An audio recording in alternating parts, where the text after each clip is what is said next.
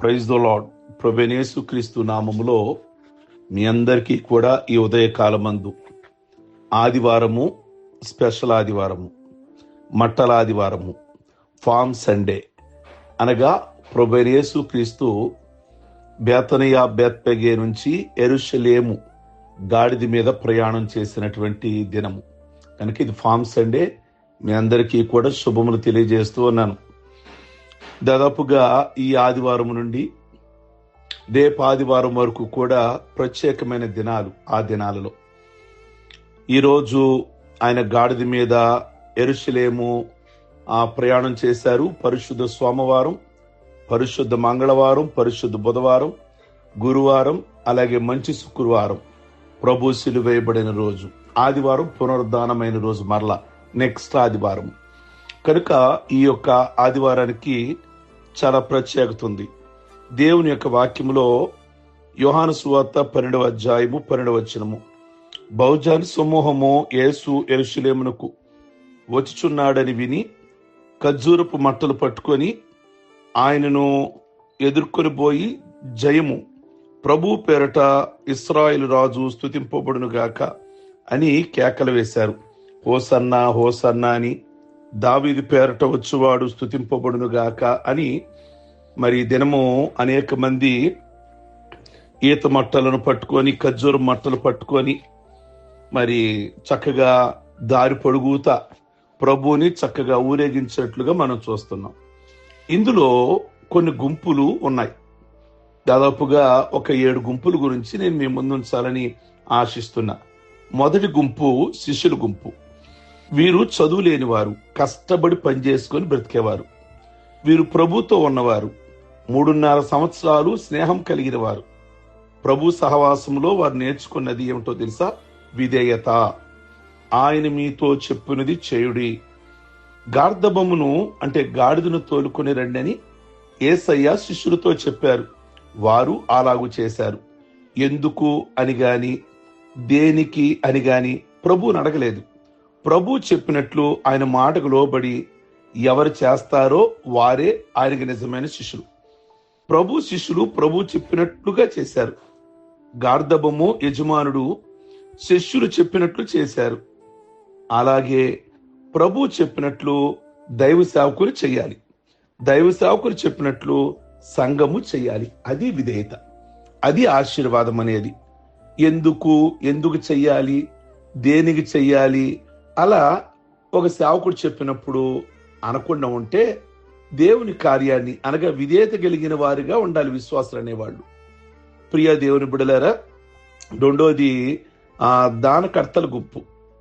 అనగా గాడిదిచ్చిన ఆయన, యేసయ్యకి గాడిదిచ్చిన ఆయన దానకర్త. ప్రభువునికి ఎప్పుడు ఏది కావాలో దానిని ఇచ్చేవారు చాలా మంది దేవుని బిడ్డలు అలా ఇస్తున్నారు. కనుక ప్రభు 5,000 మందికి ఆహారం పెట్టే సమయంలో రొట్టెలు చేపలు ఇచ్చాడు ఒక బాలుడు. అతను ఒక దానకర్త. కనుక ప్రియ దేవుని బిడ్డలారా, దానకర్తల గుంపులో అతని పేరు చేర్చబడినది. మరి యేసయ్య చనిపోయినప్పుడు సమాధి చేయబడడానికి అరిమతయి యోసేపు సమాధి, తాను తవ్వించుకున్న సమాధి తనిచ్చేశాడు. ఆయన ఒక దానకర్త. అలాగే దేవుని వెంబడించేవారు, ఆయన నమ్మేవారు, విశ్వాసులు, దేవుని సేవకులు ప్రభు చెప్పినట్లుగా మన రాబడి అంతటిలో 10వ భాగము ఆయనకి ఇవ్వాలి. అంత మాత్రమే కాకుండా బైబిల్ గ్రంథంలో ఉంది. మొదటి దినవృత్తాంతాలు 29వ అధ్యాయము 5వ వచనములో, యెహోవాకు ప్రతిష్టముగా హృదయపూర్వకముగా ఇచ్చువారు ఎవరైనా మీలో ఉన్నారా, మనలో ఉన్నారా అన్నట్లుగా. కనుక దేవుని సేవకి ఏది ఏ సందర్భంలో కావాలో సంఘము గమనించాలి. సంఘానికి ఏ సమయంలో ఏ వస్తువు కావాలి. నిజంగా ఆ సమయానికి ఒక దానకర్త లేచి అది ఇచ్చాడనుకోండి, వారి పేరున దేవుని పరిచర్య ఎంత కొనసాగుద్ది. అవసరం లేనప్పుడు ఇచ్చే కంటే మనము సంఘములో ఏ అవసరం ఉందో అవసరంలో ఇచ్చినప్పుడు ఎంత దేవుని పని జరుగుతుంది. కనుక ఈరోజు మీరు కూడా దానకర్తలుగా మారాలి, దేవుని పరిచర్యలో మారాలి. కనుక దేవుని సన్నిధిలో మనకు కొన్ని పరికరాలు కావాలి. లేదు రేపు సండే స్కూల్ కార్యక్రమాలు ఉన్నాయి, వాటికి కొన్ని కావాలి. వాటికి ముందుకు వచ్చే వారందరిని ఏమంటామంటే దానకర్తలు అని అంటాం. ఇంకో గుంపు ఉంది, ప్రభువుని గౌరవించిన గుంపు. శిష్యులు గాడిదపై బట్టలు వేసి గౌరవించారు. అక్కడున్న జనసమూహం అయితే త్రోవ అంతటిలో దారి పొడుగుత బట్టలు పరిచి ప్రభువును గౌరవించారు. శిష్యులు వేసిన గుడ్డలపై ప్రభు కూర్చున్నారు. దారిలో పరిచిన బట్టలపై గాడిద బొమ్మ నడిచింది. బట్టలు వేయుట ప్రభువునకు గౌరవం. ప్రభువును బట్టి గాడిదకు గౌరవం వచ్చింది కనుక ప్రభుతో ఉన్నప్పుడే పాపులమైన మనకు గౌరవం. ఆయన మనలో లేని ఎడల గౌరవము అనేది ఉండదు. మనం జీరో అయిపోతాం, ఏమీ విలువ లేనట్లే. కనుక ఈ ఉదయ కాలమందు మీకు గౌరవం కావాలి అంటే ప్రభువుని వెంబడించాలి, ప్రభువులో మీరు ఉండాలి. ఉంటే ఆటోమేటిక్గా దేవుడు గుర్తింపు, ఓ గౌరవం అనేది మీకు ఇస్తాడు. ఇంకా ఆ రోజున పాటలు పాడిన గుంపు, దావీదు కుమారుడా నీకు జయము అని ముందు నడుస్తున్నవారు, వెనక వెంబడిస్తున్నవారు దావీదు రాజా హోసన్నా హోసన్నా అని జయమని పాడారు. ఈ గుంపు ప్రభువునకు స్వాగతం పలుకుతున్నారు. యెరూషలేమునకు రండి ప్రభువా అని ఆహ్వానిస్తున్నారు. వీరు ప్రభువుని రమ్మని పిలిచే గుంపు, ఆయనని రక్షకునిగా అంగీకరించే గుంపు. ఇది దేవుని మహింపరిచే మహిమ గుంపు. ప్రియ దేవుని బిడ్డలారా, చక్కని పాటలు పాడి దేవునిని గణపరిచిన గుంపు. వీరికి వీరి హృదయంలో ప్రభుపై ఎంత గౌరవమున్నదో ప్రభు వారి సంతోషంతో యెరూషలేము తోడుకుని వెళ్ళారు. అలాగే మనం కూడా ప్రభుని ప్రేమించాలి, గౌరవించాలి. మన హృదయంలోనికి, మన గృహాల్లోనికి, ముఖ్యంగా మన దేవాలయంలోనికి తీసుకొని రావాలి. చక్కని పాటలతో, చక్కని కీర్తనలతో వారు ఎలా పాడి ప్రభుని మహింపరిచారో మనం కూడా అలాగే పాడి ప్రభుని మహింపరచాలి. అలాగే పగవారి గుంపు ప్రజలు ఈ విధంగా ప్రభువుని స్తుతిస్తున్నారు కదా, కీర్తనలు పాడుతున్నారు కదా, పాటలు పాడుతున్నారు కదా. స్వాగత సమూహం చూసి ఈ లోక నాయకులు ప్రభుపై పగ ఎక్కువైపోయింది. జయోత్సాహంలో పాల్గొనిన వారు పరలోకమునకు భూలోకమునకు జయమని పాడుతున్నారు. పరలోకమునకు భూలోకమునకు వీళ్ళు బంధుత్వం కలిపేస్తున్నారు. చాలా గొప్ప సంబంధం. క్రిస్మస్ రోజునేమో దూతల పాటలు పాడి ఆ ప్రభుని మహింపరిచారు. ఆ పాటలు విన్న నాయకులు ఆ రోజు ఎక్కువ కోపం కలిగి దేవాలయంలో కేకలు వేస్తున్న చిన్నపిల్లలను చూసి కోపంతో మండిపడ్డారు. ఆ రోజేమో దేవదూతలు పాడారు. ఈ రోజేమో అందరూ కూడా చిన్నపిల్లలు గాని పెద్దలు గాని పాడేసరికి నాయకులు కట చాలా ఎక్కువ కోపం వచ్చేసింది. ప్రియమైన దేవుని బిడ్డలారా, వాడు కూడా ఉన్నారు ఆ గుంపులో. రెండోది, యేసయ్యని అవమానించిన గుంపు ఉన్నారు. ఈరోజు ప్రభు పుట్టిన మొదలుకొని బాప్టిజం పొందే వరకు, బాప్టిజం నుంచి ఈ రోజు జయోత్సవంతో యెరూషలేములో ప్రవేశించే వరకు, శిలువ శ్రమను మొదలుకొని మరలా తిరిగి లేచే వరకు యేసయ్యని అవమానపరిచిన వారు అనేక గుంపులుగా చాలా మంది ఉన్నారు. చివరిగా అవహేళన చేసిన వారు చాలా మంది ఉన్నారు. కనుక మారని దొంగ నరకంలోకి అందుకే వెళ్ళాడు. మారిన వారందరూ, మారిన దొంగ పరదేశంలో ప్రవేశించాడు. మరి మీరు అవహేళన చేస్తారా? మారని దొంగలాగా ఉంటారా? హేళన చేసే గుంపులో ఉంటారా? లేదా మారిన దొంగ చక్కగా ప్రభువుని అంగీకరించిన వారిలాగా మీరుంటారా ఈ స్పెషల్ డే సండే రోజున? ఇక జయించిన వారి గుంపు. ప్రియ దేవుని బిడ్డలారా, యేసయ్య ముందు న్యాయస్థానం కనబడుతుంది, శిలువ కనబడుతుంది, మరణం కనబడుతుంది, సమాధి నిలబడి ఉన్నది. ఈ సమయంలోనే ప్రభు శుక్రవారం జరగబో కార్యక్రమాలన్నీ కనబడుతున్నాయి. ఈ ఆదివారం అన్ని అపవాది క్రియలే కనబడుతున్నాయి. పరిశుద్ధ వారము జయధ్వనులు చేసిన వారే, శుక్రవారం సిలువేయమని కేకలు వేస్తున్న వారే.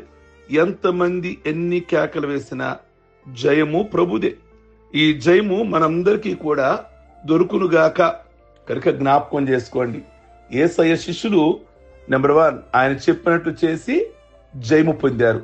మనం కూడా ఆయనకు లోబడి ఆయన చెప్పింది మనం చేద్దాం. నెంబర్ 2, ప్రభువును అన్ని దిక్కుల నుండి శ్రమలు కమ్ముకున్నాయి.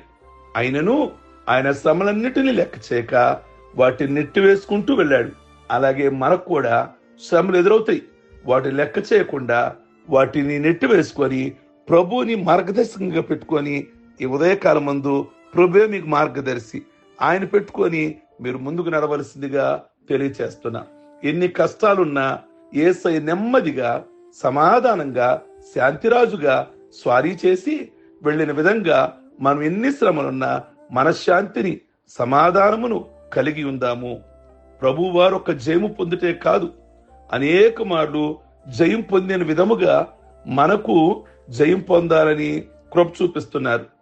ప్రియ దేవుని బిడ్డలారా, కనుక ఈ ప్రత్యేకమైన సండేలో ప్రభు కొన్ని గుంపులు కలిగి ఉన్నారు. మీరు ఏ గుంపును కలిగి ఉన్నారు? జయించే గుంపుగా ఉంటారా? అవమానించే గుంపుగా ఉంటారా? పగవారి గుంపుగా ఉంటారా? పాటలు పాడి ప్రభుని మహింపరిచే గుంపుగా ఉంటారా? ప్రభువుని ఎప్పుడు ప్రతి మాటలో గౌరవించే గుంపుగా ఉంటారా? దానకత్తల గుంపుగా ఉంటారా? లేక మొదటిగా శిష్యుల గుంపుగా ఉంటారా? చెప్పింది చేసేవారుగా ఉంటారా? చక్కగా ఈ గుంపుల్లో కొన్ని విషయాల్లో మీరుండి ప్రభుని మహింపరచండి. ప్రార్థించుకుందాం. సర్వశక్తి కలిగిన తండ్రి, ఈ మట్టల ఆదివారం, ఈ ఫామ్ సండే రోజు మీరు బేత్బెగే అనే ఒక గ్రామం 3 కిలోమీటర్లు ఇంచుమించుగా అక్కడ నుండి యెరూషలేములోకి జయోత్సాహంతో ప్రవేశించారు. ప్రభువా, మీకే వందనాలు, స్తోత్రాలు. మీరు మానవులకి విడుదల ఇవ్వడానికి యెరూషలేము వెళుతున్నారు. శుక్రవారం మరణించడానికి రెడీ అవుతున్నారు. మీ కళ్ళ ముందు అన్ని కనబడుతున్నాయి. ఆయన జయించడానికి సిద్ధంగా ఉన్నారు. శ్రమలున్నా, ఇబ్బందులున్నా, ఇరుకులున్నా, అవమానాలున్నా, హేళనలున్నా, కానీ మరో గుంపు మీ పక్కన ఉంది. మాట వినే గుంపు ఉంది, దానకత్తల గుంపు ఉంది, జయధ్వనులు చేసే గుంపు ఉంది, పాటలు పాడే గుంపు ఉంది. అయ్యా, నిజంగా వాళ్ళ ప్రోత్సాహం ప్రభు ఎప్పుడూ కూడా మీ మాట వినేవారు ఉన్నారు. అందును బట్టి మీకు స్తోత్రాలు చెల్లిస్తున్నాం.